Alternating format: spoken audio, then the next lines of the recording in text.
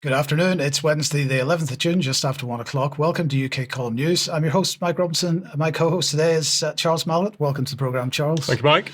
And joining us via live link are researcher and activist Sandi and journalist and peace campaigner Vanessa Beeley.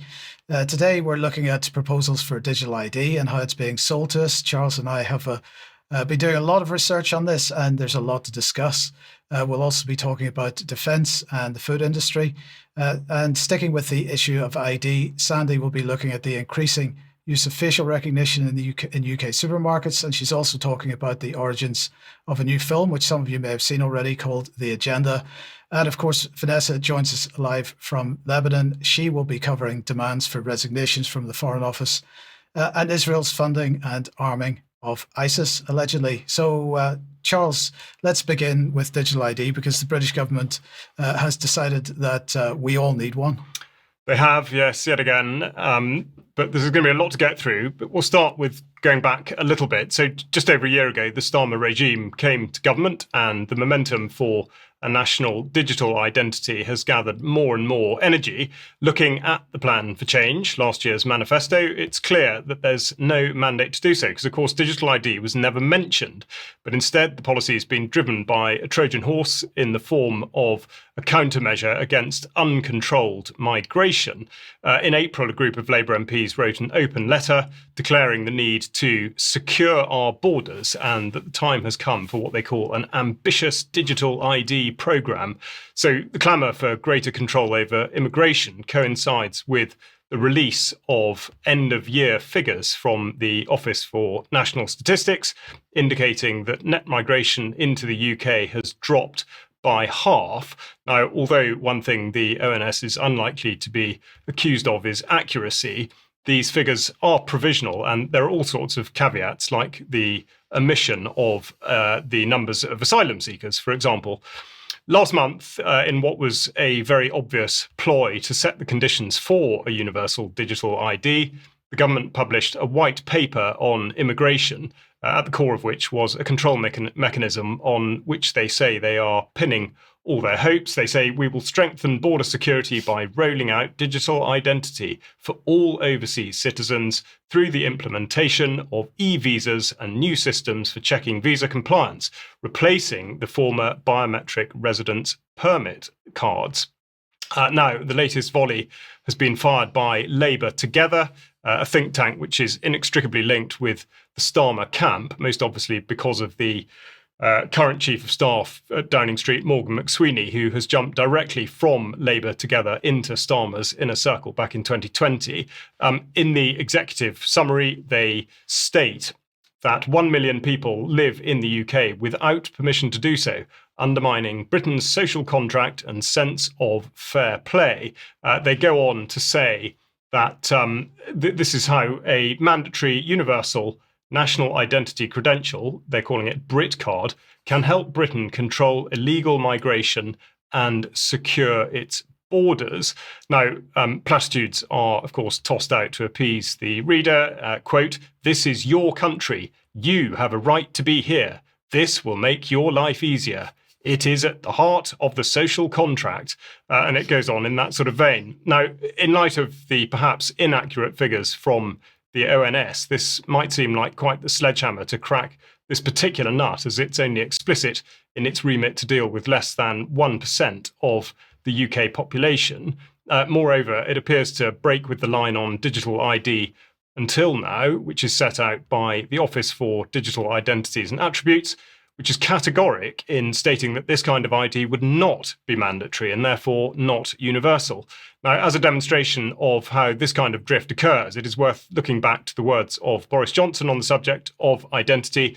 Back in 2004, he said, "If I am ever asked on the streets of London or in any other venue, public or private, to produce my ID card as evidence that I am who I say I am, when I have done nothing wrong and when I am simply ambling along and breathing God's fresh air like any other freeborn Englishman, then I will take that card out of my wallet and physically eat it in the presence of whatever emanation of the state has demanded that I produce it." And then, of course, we have the legislation from 2006, which was repealed by the Identity Documents Act 2010, which declares that no ID cards are to be issued by the Secretary of State at any time on or after the day on which this act is passed. So somehow this has not been considered in all of the back and forth and the propagandizing. Instead, the government has been pushing the notion on a persistent basis, with the actual delivery coming via stealth. And whilst it may be accurate to say that digital identity is not mandatory, it's perfectly clear that there are now a range of processes for which this is a prerequisite. It also looks like another instance in which the rise of reform has been turned to the advantage of the Labour Party, here, of course, capitalising on the theme of tough action on migration, thus capturing votes at the same time as convincing people that joining an ID scheme really will be convenient and secure. Now, the BritCard document is opaque on the subject of enforcement. There are many references to it, but no explanation as to how it will be achieved. And further, it's not at all clear how such a scheme could be made mandatory, or in what other ways a digital ID would affect the lives of those signed up to it. There's certainly no reference to the right to a private life, as enshrined in Article 8 of the Human Rights Act 1998. And the reality, of course, is that it's only ever been about surveillance, control, and money. Now, the recent analysis from the sector would appear to reinforce this. Nearly 300 companies are acting in this space, and they generated over £2 billion in the year 2023 to 2024, with 888,000 million gross value added and over 10,000 full-time equivalent employees. Now, given the use of migration as the vehicle to drive this forward, it should seem ironic that only 75% of these are headquartered in the UK, and that 34% of those, the digital identity firms, have a physical presence in international markets. So much for migration, in effect, or at least overseas issues. Now, finally, when one looks at how digital ID has been used to date, it's perfectly clear that the greater part of its use is related to a transactional arrangement rather than for any of the given reasons. This is precisely the same as with the COVID jab, which many people took in order to be able to fly or continue to work rather than for health reasons. This chart here shows that the primary reason for uptake is, believe it or not, to access online gaming or gambling accounts. And with regard to reusable ID, only 8% of this application concerns what's called proving the right to work or live in the UK. Now, I know Mike's got plenty more to say on this, but there really is a lot to cover, and I dare say we'll go over it in further detail in Extra 2.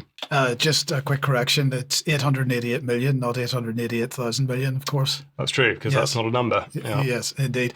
Okay, thanks. Charles, now, I thought it would be good to look at the mainstream sales job that on the issue of digital ID here. So here's Polly Toynbee in The Guardian, and she's suggesting that the BritCard project would cut down on bureaucracy, help guard our borders, and prove Labour has pride in digital identity. Now, correct me if I'm wrong, Charles, but Britain's identity has been based for quite some time on the idea that ID cards of any kind are the kind of thing we might have seen in Nazi Germany, and so have been opposed by multiple generations. Toynbee even recognises this. She wrote, "Papers, please. Those words strike terror in 1,000 war movies. Stasi or Gestapo officers are a breed apart from the unarmed plod who demand no ID cards from a free British people. So when the government contemplates a universal ID, it sends instinctive twitches down some spines."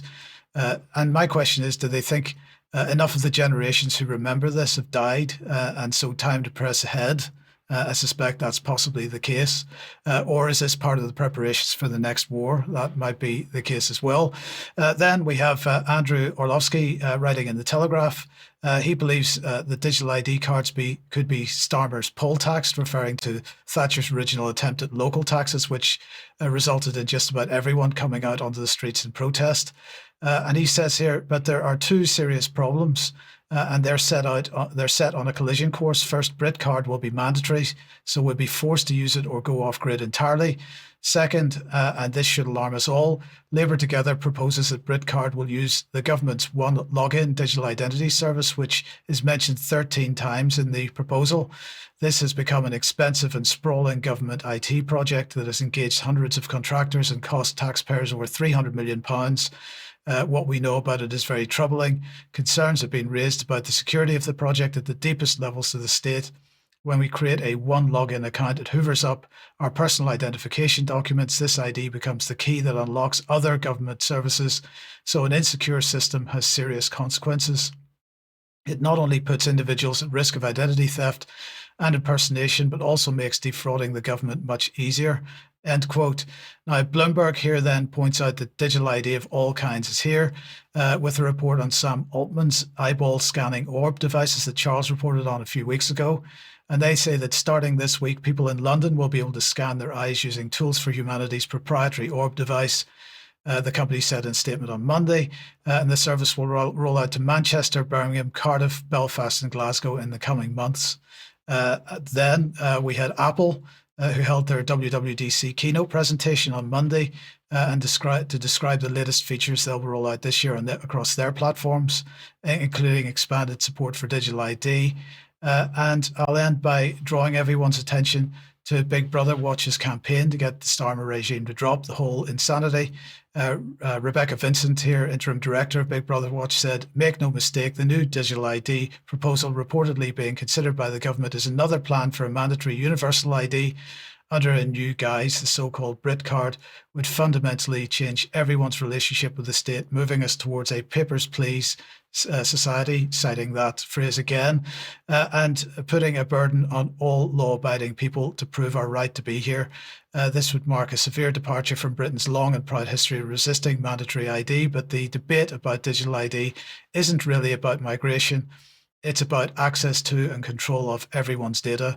We urge Downing Street to reject this BritCard proposal and find alternative solutions to improving government efficiency that do not march the country towards a mandatory universal ID or otherwise trample the privacy rights of the entire population.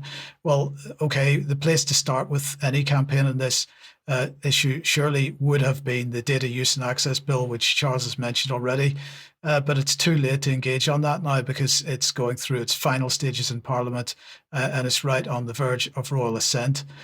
So, this is all-encompassing legislation and it's just incredible how much this enables.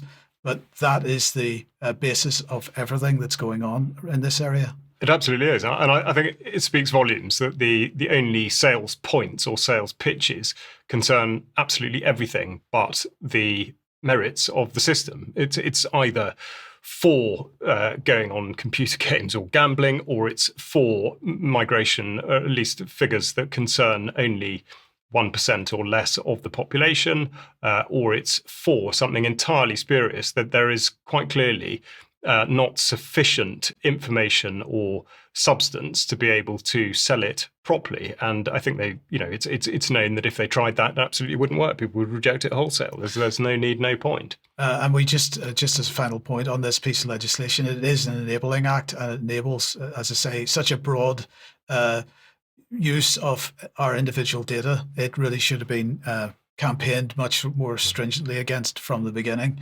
But anyway, let's move on then and welcome Sandi to the program, and a related topic, Sandi, because you've been looking at the issue of facial recognition. Yes, thank you, Mike. Again, it's privacy. Asda has come under fire for trialling live facial recognition cameras in its supermarkets, prompting a formal legal complaint from civil liberties group Big Brother Watch. Yeah, again, they've got their work cut out at the moment. The privacy watchdog argues that the retailer's use of biometric surveillance is unlawful and infringes on the data rights of millions of shoppers. Asda's trial began in March across 5 stores in Greater Manchester using technology developed by UK startup FaceTech. The system scans customers' faces against a watch list of alleged offenders compiled by the retailer. If no match is found, the data is reportedly deleted immediately. Critics say the move sets a dangerous precedent. Big Brother Watch describes the system as a high-risk intrusion into personal privacy, likening it to turning everyday shoppers into suspects. Asda's trial is deeply disproportionate and chilling, said Madeleine Stone, the group's senior advocacy officer, warning of a broader trend of unchecked biometric surveillance spreading across UK policing and private sectors.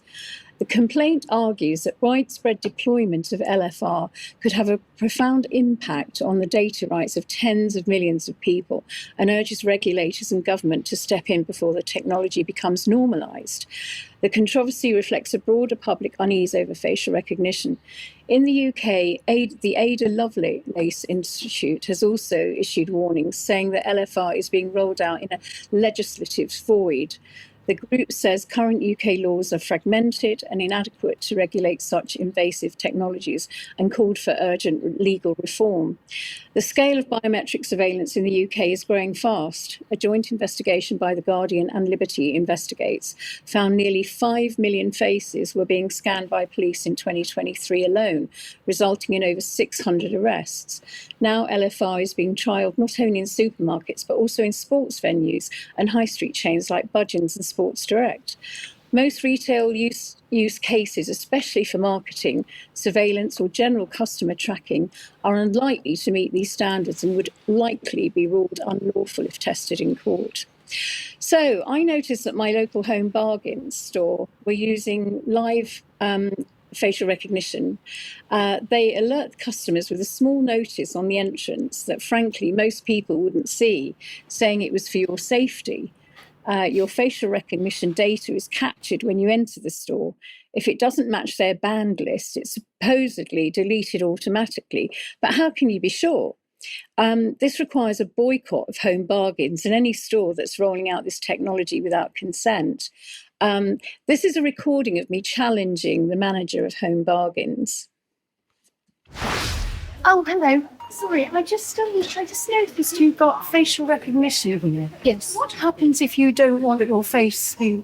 Because it's automatic as you walk in, isn't it? Yeah. So what can one do about that? Because it's actually against my privacy to record my face without It doesn't permission. store anything. So what it does is when you come in, it scans it and then it checks it against a database. And if it doesn't match someone who's banned, then it just wipes it back off again. So it just scans for people who are banned for like stealing and inappropriate behaviour and stuff like that. So can you request that your face isn't scanned? Because you know this is automatic thing, yeah. banned in Astra recently, because it is against your privacy laws to scan your face without your permission. And so, I mean, I will be contacting your head office about this because it is against GDPR. Although you say it isn't, it actually is. It's so with Home Bargains. I know. Stores, and there are other companies that do it as well. I know it doesn't make it right, but thank you very much for your information. Yeah. Okay, bye-bye. Yeah, it doesn't make it right just because everyone's doing it. And this is the battle we have, you know. So that's the way they look at it. If we've told you we're doing it and everyone's doing it, it's okay, and it's not okay. Now, Sandi, of course, they have put up the notice on the door. So, assuming you see that notice and read it, no matter how small the text might be, they would argue, therefore, that you have effectively contracted with them by walking through that door and given them your consent. So the issue's got to be that, as you say, a boycott of organizations that are doing this is really what needs to be considered. Yeah, and Big Brother Watch are saying it's actually is a breach of privacy. So that would have to go through the courts, I guess. Yeah, but in the meantime, boycott. Yeah. Yes. Okay. Thank you, Sandi. Thank you for Thank that. Vanessa, let me welcome you to the program then. And this is related to Gaza, of course, and the Middle East, but the Foreign Commonwealth and Development Office have decided that if you are not happy with government policy, then maybe that's tough. Yeah, and I want to remind everyone, as in Charles's report, this is your country when it comes down to digital ID. But it obviously clearly doesn't come down to it being your country when it comes to any dissent against government policy. So this was a report. It's been widely reported across all mainstream media, but this is in Politico. UK officials say civil servants concerned about British support for Israel can resign. So just taking from the article, 300 staff from the FCO, the Foreign Commonwealth and Development Office, wrote to David Lammy saying the UK had contributed to the erosion of global norms by failing to take action against Israel. And they went on to point out, and this is very similar to what happened at the BBC, they also noted with concern efforts to screen out questions about Gaza in all staff meeting sessions and urged ministers to publish legal advice and potentially suspend arms sales. I mean, of course, I would argue arms sales have been claimed to have already been suspended, but we know perfectly well that they haven't. Only specific parts have been nominally suspended. So who responded to this? First of all, Ollie Robbins, who's the UK Foreign Office Permanent Undersecretary, so advisor to the government. If your disagreement with any aspect of government policy or action is profound, your ultimate recourse is to resign from the civil service. This is an honourable course. So absolutely no, concept of discussion or taking people's points on board. 300 is a relatively high number of civil servants who've come forward. Quick look at who Ollie Robbins is. He was managing director of Goldman Sachs 2019 to 2023, so for 5 years. He led international negotiations on G8, the Five Eyes Intelligence Alliance, Brexit, and he advised 4 prime ministers, including during the financial crash of 2008. And just very quickly to look at Goldman Sachs's role in supporting Israel since October the 7th. This is an investigation by BankTrack. 7 underwriters of war bonds instrumental in enabling Israel's assault on Gaza. New research finds. This is very recently published. And let's have a look at who heads that list. Of course, guess what? Goldman Sachs, by far the largest institution listed, having underwritten more than $7 billion in Israeli war bonds since October the 7th. But it also includes the Bank of America, Deutsche Bank, BNP Paribas, Barclays, and JP Morgan Chase. And I think Citi is up on that list also. And then Nick Dyer, who was the other second permanent undersecretary to go back at the civil servants. And this is taken from the article. They warned civil servants that while there was no problem having criticisms of government policy, their job was to deliver the policies of the government of the day wholeheartedly. And for me, I don't know how you feel, but there's a sort of subliminal threat in that statement that if they don't wholeheartedly support government policy, of course they can resign or they can be pushed out. Nick Dyer and Ollie Robbins have been supporting wholeheartedly UK efforts to go to war with Russia and Ukraine. This was from April the 17th on X. At Nick Dyer's account. Last week, I visited Kiev to reaffirm the UK's unwavering commitment to Ukraine, speak to our partners inside and outside government, and spend time with staff at UK and Ukraine. Very similar wording, of course, to the statements they make about their unequivocal support for Israel. And we did recently do an interview at UK Column with Ben Rubin and Dr. David Miller on the connections between Ukraine and Israel. So I would recommend that people take a look at that. And of course, this goes back to the over 100 BBC staff accused the network of pro-Israel bias in their Gaza coverage. And of course, we can't really divorce the BBC from government itself. And so it's interesting that there is mutiny both within the BBC and within the government itself. And then this is basically from the Middle East, or the Minister for the Middle East.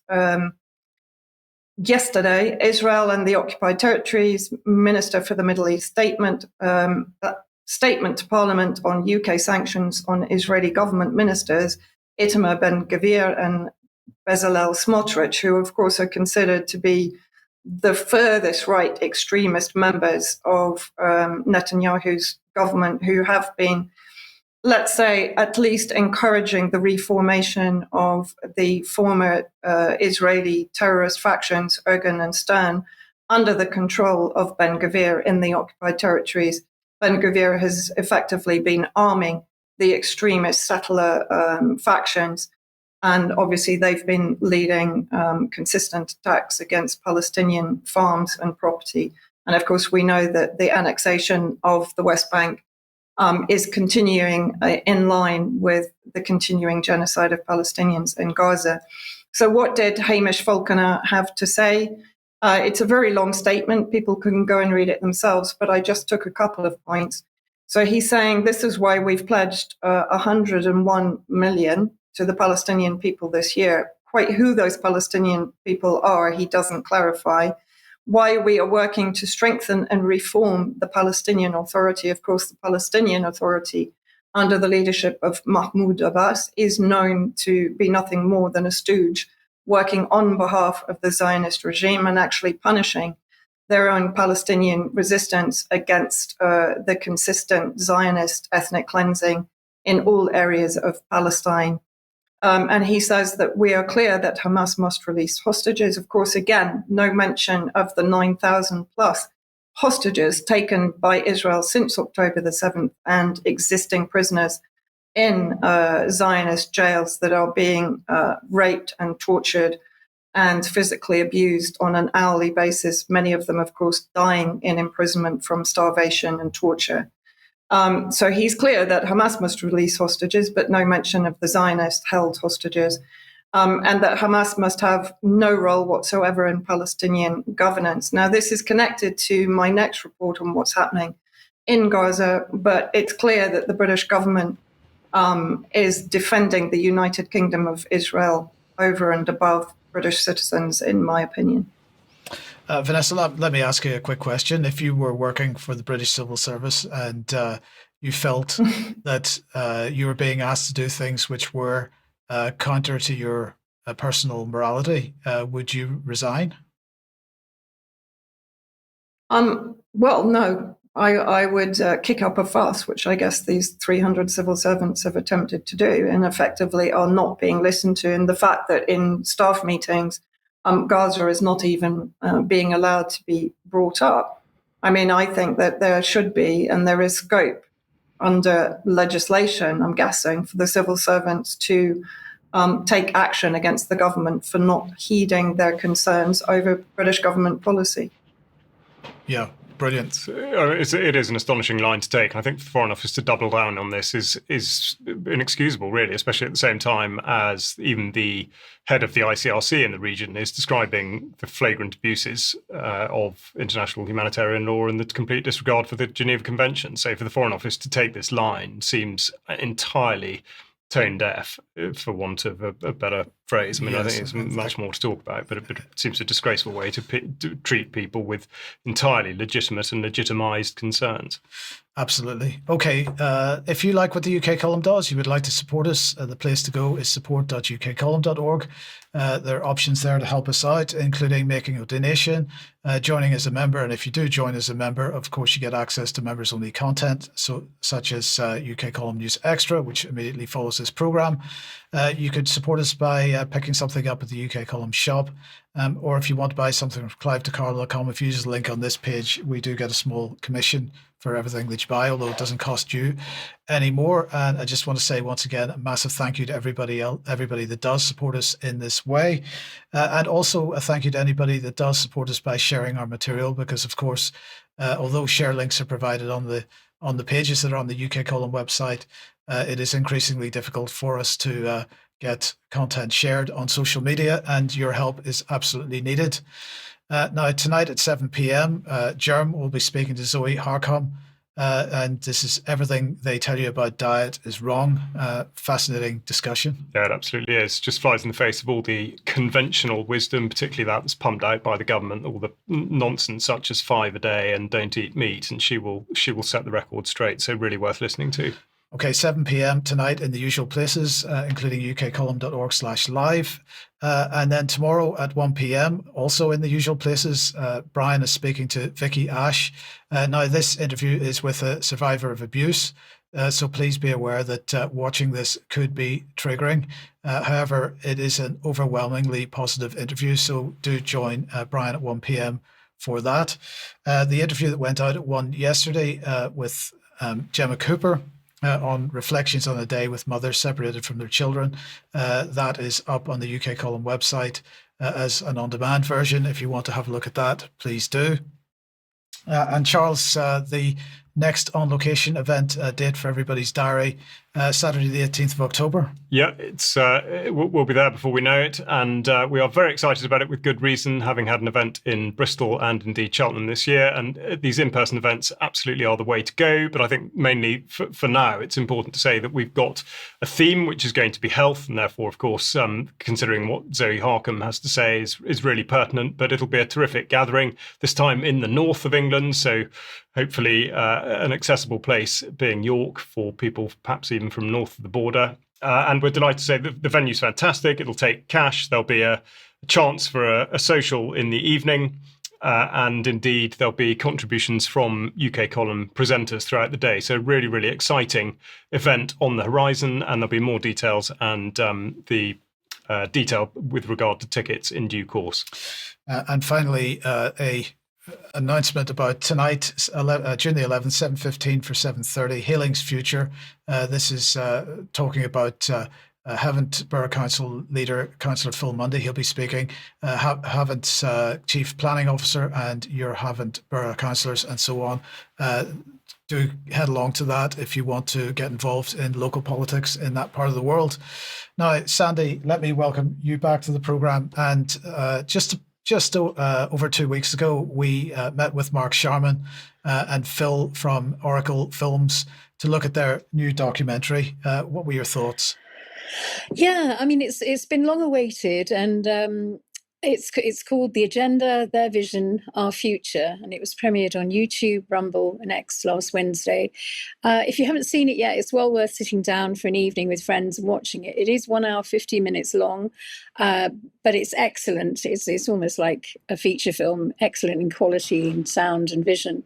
Now, I just wanted to share a brief story about how the idea of this film came about, really. Glastonbury is an interesting place, and it's said to be sacred ground. In my experience, is also both a mirror and a magnifying glass. It often reflects the greater battle between light and dark playing out across the earth. And sometimes from this place, truth breaks through the ether and reverberates around the world. And I've witnessed that happen twice, weirdly. This film was one of those moments.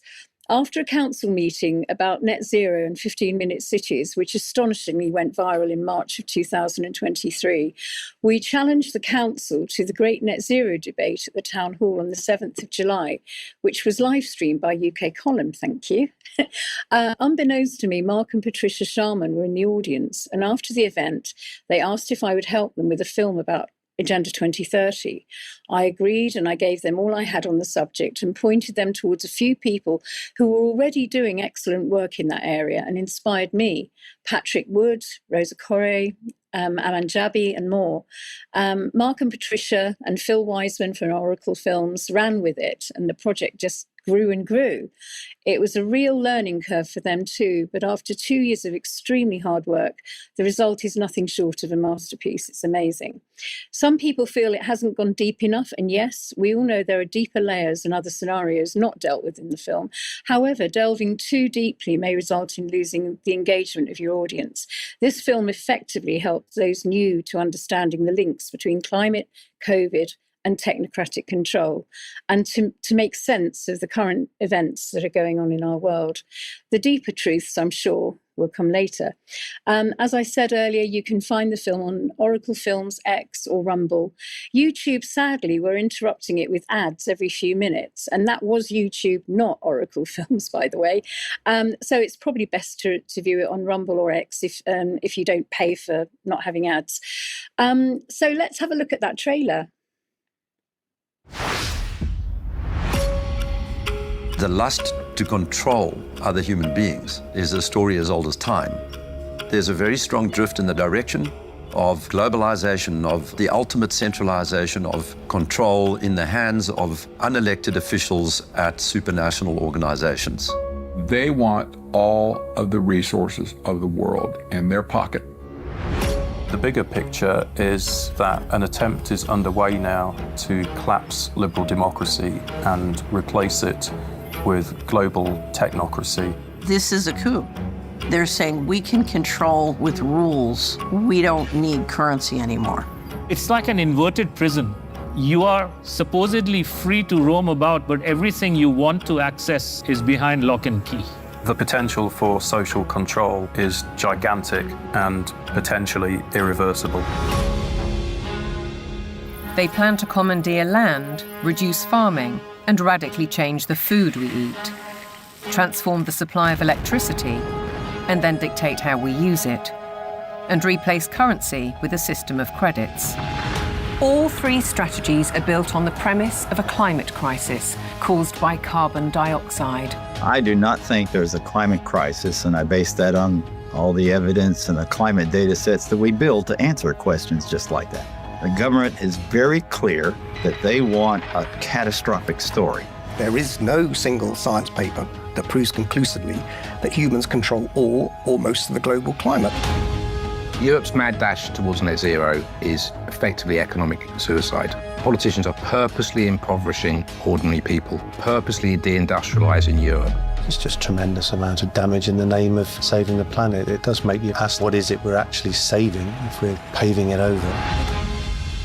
I think what we're dealing with here is actually a global war on agriculture. When you look at how many farms are selling up, we're walking into food shortages. If I can switch everybody from real food to pharma food, then 100% of the agriculture industry can go through my publicly traded stocks, and I have complete control. This is the biggest public relations scam in the history of the world. But it's far more than that. It's a blueprint. It is the action plan. All life on Earth is going to be radically changed. Everything will be monitored. The environmental consequences of every human action. The general population cannot fathom the psychopathy of the vision that they're facing. Once the digital ID is in place, it's game over for humanity.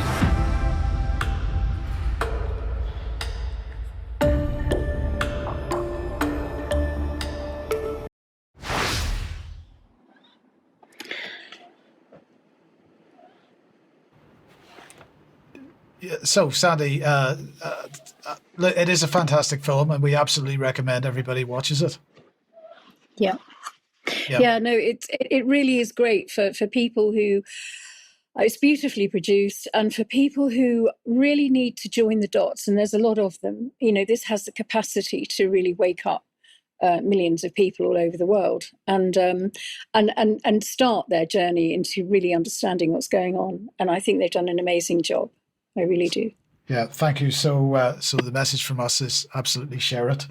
Now, let's move on then. NATO head Mark Rutte was in the UK on Monday. He visited Chatham House, where he delivered a speech on building a better NATO. He welcomed Keir Starmer's Strategic Defence Review for its NATO first orientation. And he said he was really impressed by Starmer's plans. He was asked if the UK should increase taxes even further to fund the rearmament programme. So let's have a listen to what he had to say.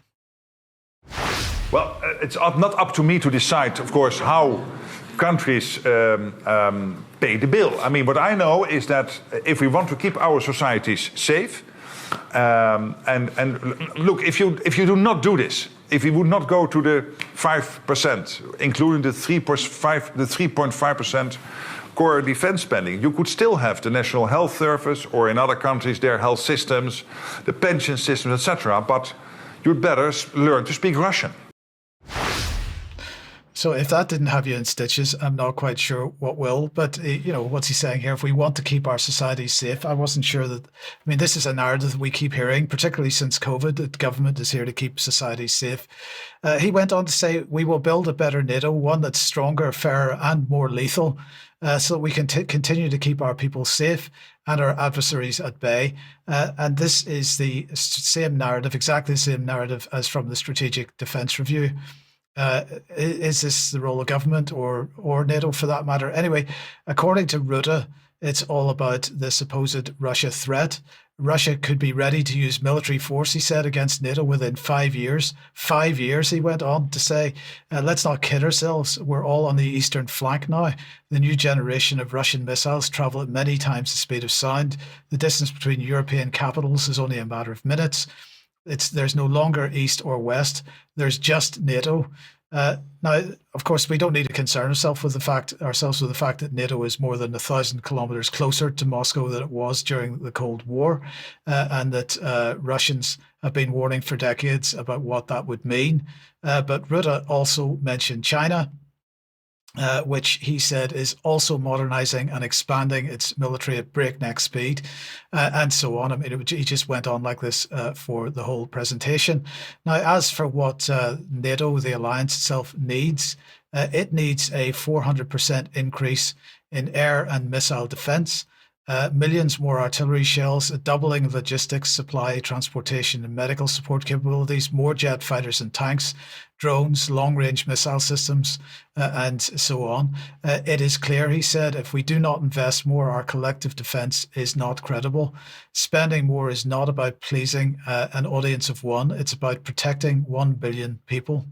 And so the question then is, how is this going to be paid for? Well, let's have a listen. The facts are clearly there that Russia is able, within 5 years, to mount a credible attack against NATO territory if we do not now start to take these decisions. And then, of course, there is the issue how to finance that. Well, that's up to national politicians. And they're always, I mean, when I was in politics, you had 3 sources to do this from. One is taxation, another is savings elsewhere, and the third one is a higher deficit. I mean, in the end, politics is making choices in scarcity.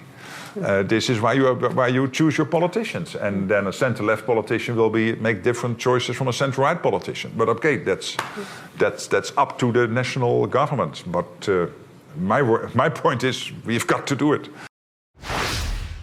Facts are clearly. So he was definitely encouraging.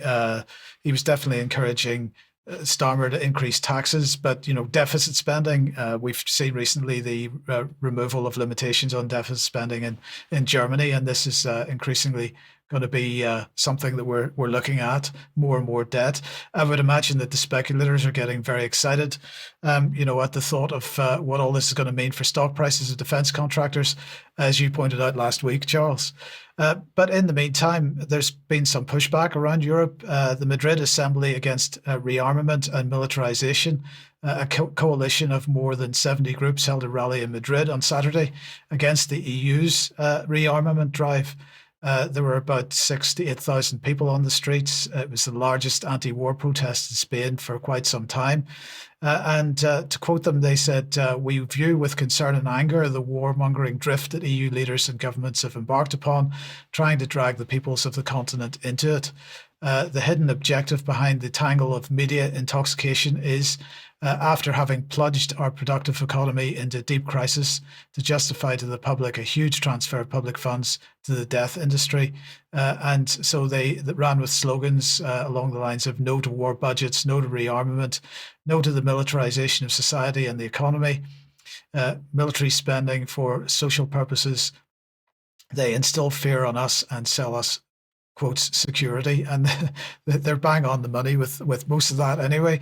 Now, the EU's promotion of the so-called 72-hour survival kit was given as the best example of this kind of thing.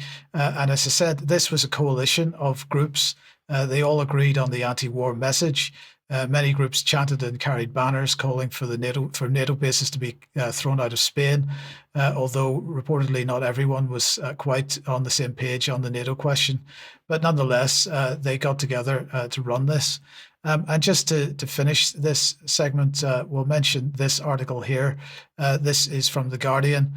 Britain has escalated the global nuclear arms race and is bringing us closer to Armageddon. This is Simon Tisdall absolutely making this point very strongly, that the Strategic Defence Review is an act of insanity. And we need to go then finally to Lord Robertson, the key author himself, who's absolutely now suggesting that Britons must be prepared to fight for their country.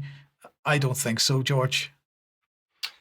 No, I mean, I wouldn't think so either. And that seems to be borne out by the feedback we've had sort of across the board, and also looking at what Luke Pollard, Armed Forces Minister, announced the other day in terms of absolutely dropping the standards for entry into the armed forces. So it's not looking good. And I think also, to go back to the Guardian article, it's interesting to see that probably for one of the few times in recorded history, the Guardian seems to be on the same page as the Russian administration in deeming the UK as responsible for warmongering and warmongering. Yes, indeed. Vanessa, let's come back to you. Welcome back. And let's talk about the latest from Israel and Gaza.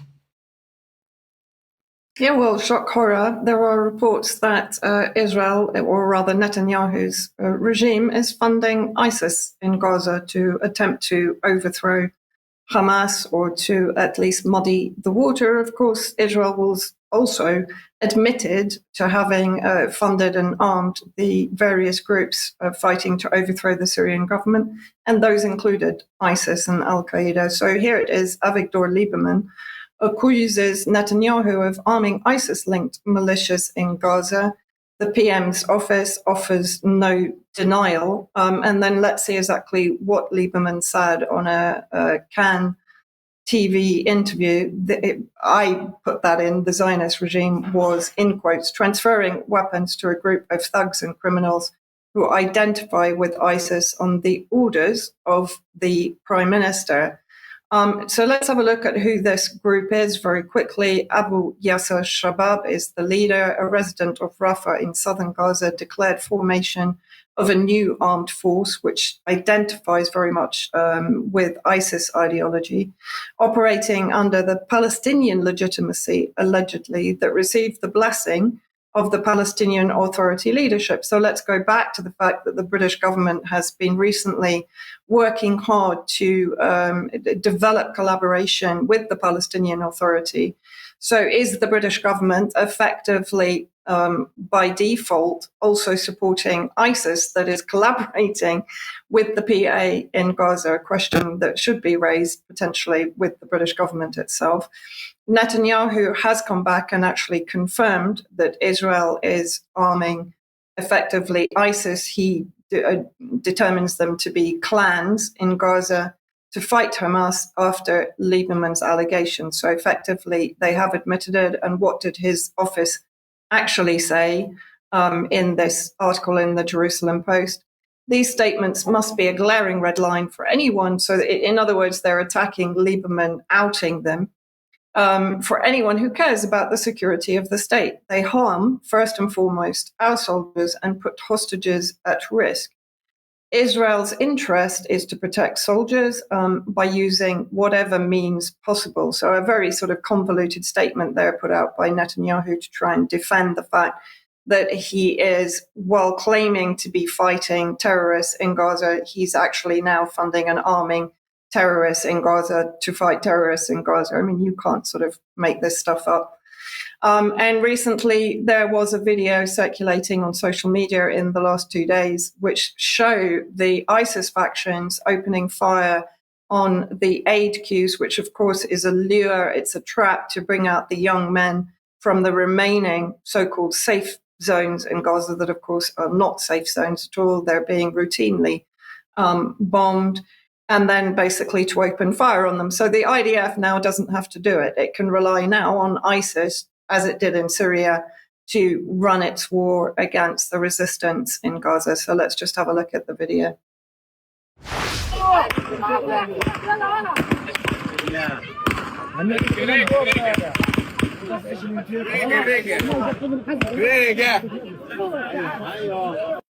هاي ولاد شعبنا، هاي بطاط قاعد، ولاد شعبنا هاي من لحم ودم، هذا من لحم ودم اجا. حسبي الله ونعم الوكيل. هاي هذا من شعب الذنب، هذا الذنب يا ولاد الحرام. هذول بدهم الذنب، شردوا كلهم، شردوا كلهم، شردوا. هايهم حسبي الله ونعم الوكيل. يا شباب يا شباب، حسبي الله ونعم الوكيل. الذنب هذا الذنب ابن بلدي، هذا الذنب. So it's not enough that they're deliberately starving Gazans while bombing them, burning them alive. using weaponized aid against them, and now bringing in terrorist factions that, the West is condemning in Syria, allegedly, while, of course, they are also funding and arming them, to carry out strikes against young men that are going to gather aid for their families out of desperation. I mean, I don't know, this entire situation just seems to descend into greater and greater sadism and humiliation of the Palestinian people. And silence from the anybody that's helping to promote the Israeli cause, Vanessa, on the issue of the working with yet another extremist faction. Yeah, I mean, absolute silence. Nothing from the West. It's business as normal, apparently, and civil servants are not allowed to object. Yes, incredible. Charles, let's move over to you then. And we've been covering the issue of the Holocaust Memorial Bill and the government's desire to build a new memorial towards the Holocaust in the centre of London for quite some time. What's the latest on that? Well, as of today, it goes to the report stage in the House of Lords, and this will enable us to give a further insight into the intense politicisation of the issue and the apparent desperation which successive governments have tried to push through an initiative that was, importantly, rejected by the Planning Authority, and for very sound reasons. Now, the latest development is that the co-chairs of the Holocaust Foundation have been sending out letters to garner support for the proposed memorial, and some of these are very much worth mentioning because of who they've gone to and the language used. Now, it's fair to say, I think, that some of the language used in that letter is strong. In particular, quote, "The United Kingdom is a leader in the global response to Holocaust denial and distortion. The uniqueness of the Holocaust must be preserved in memory. There are too many countries attempting to rinse their history through the Holocaust. Interest groups hijack the language of genocide for petty and sometimes sinister reasons." End quote. Now, of course, in this fairly long letter, they're very cautious to avoid any of the issues of the direct controversy, such as the destruction of the Victoria Tower Gardens, or indeed the planning process, which has been an enduring and so far unsuccessful issue. They're certainly not shy of making best use, in terms of an opportunistic sense, of the conflict in Gaza in order to expedite their cause. And as part of the amendments for the report stage, one says that there's a clause to be inserted saying the sole purpose of any learning centre must be the provision of education about the genocide of the Jews and anti-Semitism. Now, also going into looking at the letters and the recipients and the responses, when one considers sort of independence and due process, I think it should be of concern. There's been interaction with the Metropolitan Police Service, who really should be remaining independent of any such decision-making. But nonetheless, there's a reply in there from Matt Jukes, who's now Deputy Commissioner, and he concludes by saying, overall, although security arrangements will need to be extensive, we consider that the proximity to Parliament brings as many benefits as risks from a security perspective. And he goes on to say he looks forward to discussing it further with you. Now, it's a curious statement to end on, in that if there are security considerations, how can that be a benefit? How can it be said to be bringing benefits? Of course, this is political language, which is very much unbecoming of the Metropolitan Police Service. This is reinforced by John Stevens, who was Commissioner back in 2005, and he talks about public access and safety concerns and maintaining public access to the gardens during and after construction. Now, he effectively undermines the whole process by talking about security arrangements being in line with those to other public buildings in Westminster. So we're talking about bag checking, scanning at an entrance pavilion, which totally distorts the purpose of the gardens. And indeed, people need to book tickets and all the rest of it. Now, the other thing to point out is that at the Imperial War Museum just over the river, there are, of course, the existing Holocaust galleries. And here we see on the map the proximity to one another, less than a mile apart, again undermining this as being a location. And also put forward in the amendments, very significantly with regard to planning, is that they're to consider for the first time alternative locations for security purposes. They're also to consider alternative designs and something that's going to be more sympathetic, perhaps. And also there's a case for saying that they might have overblown the anti-Semitism angle, in that now, because security is deemed to be such a strong consideration, that this site might be considered to be too dangerous. But mainly, they need approval from the Historic Buildings and Monuments Commission for England, and indeed UNESCO, before anything can go ahead. And significantly, that it must not adversely affect any other memorial or the setting of such memorials in Victoria Tower Gardens, and indeed the integrity of the Victoria Tower Gardens as a green space dedicated to the well-being of local people in perpetuity, which was what was set in legislation in 1900 and has been ridden roughshod over. Now, therefore, I would conclude by referring to the parks, the Royal Parks Authority, which of course are talking about the Victoria Tower Gardens boasting a stunning range of sculptures that celebrate freedom. And essentially the central purpose here is that the gardens were designed for a particular purpose, and there's no doubt the Holocaust Memorial subverts those purposes entirely. So given these conditions and the amendments, it should be impossible to see how this can proceed, but we will follow it nonetheless. Thank you, Charles.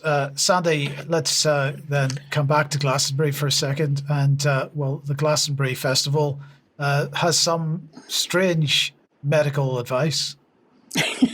Yes, once again, it's Glastonbury season, and they seem to be buying into the big pharma narrative again. They've done this before. Today, Glastonbury Festival goers are being urged to make sure they're vaccinated against measles before heading to Worthy Farm. The UK Health Security Agency, the UKHSA, is warning the highly infectious illness is circulating across the country in high numbers in the west, the southwest, and London. It says measles is easily to catch in environments like festivals or travelling. As Glastonbury gets underway in just under 2 weeks' time on the 25th of June, health experts say people need to be aware of the health risks so they can enjoy the event safely. Dr. Alistair Wood, consultant health protection at UK Health Security Agency Southwest, said, "We want festival goers to enjoy their time at Glastonbury and other festivals this year. Being aware of the current health risks will help those attending enjoy their time as much as possible. Measles is circulating across the country, and festivals are the perfect place for measles to spread.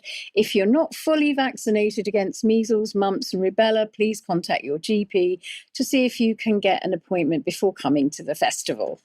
Unbelievable. There we go. Yes, what can we say?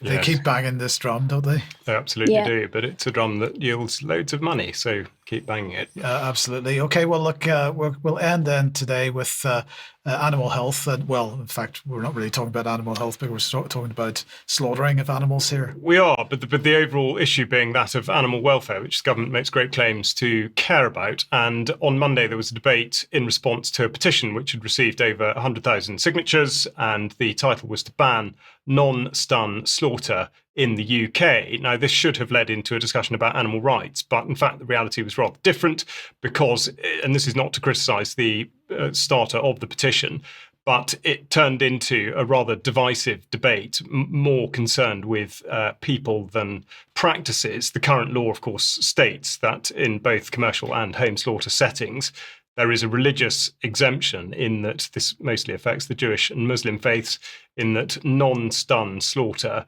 may be carried out for these religious purposes. Now, the debate drifted somewhat from animal welfare, and what was significant was it was really a case of balancing some areas of what are regarded as animal welfare against what was being described as the expression of religious freedom. Now, as pointed out by the RSPCA, the percentages concerned are small, with the exception of sheep. And if you can't see the screen, there's about 2.8% of chickens nationwide and 1.9% of cattle, but nearly 30% of the total amount of sheep slaughtered in this manner.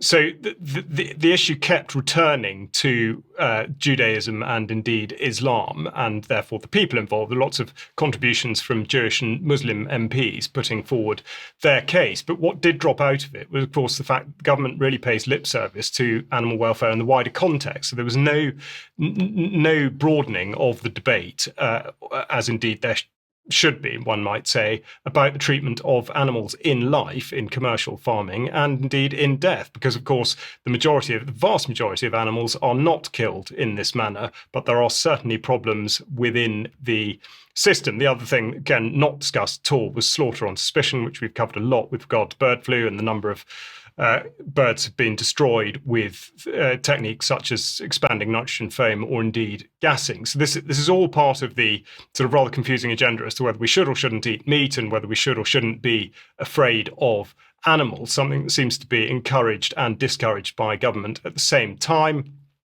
We cast our minds back to the potential COVID cat cull, picture of the cat outside Downing Street back in 2022, I think it was. And then again, just to, when one considers whether or not, these things can happen, this is Hilda Keen's book, The Great Cat and Dog Massacre, which was about the preemptive destruction of nearly 250,000 pets from 1939, based on what turned out to be a completely false premise. Now, this is something I'd like to go into rather more next week with the state of abattoirs and indeed a more general piece on animal welfare, because that was the one point this debate really did not touch upon. It was much more concerned with who rather than how. Yes, thank you, Charles. Thanks,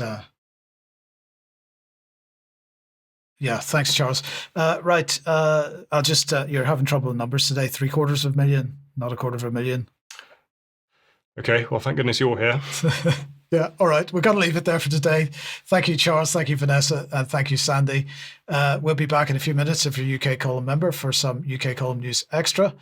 If you're not a member, please consider joining us. We do need your continued financial support. And again, thank you very much to everybody that is a member. And we'll see you in a few minutes for Extra. Enjoy the interviews tonight with Jerm and tomorrow with Brian. And we'll see you on Friday at 1 p.m. as usual. See you then. Bye-bye. Bye-bye.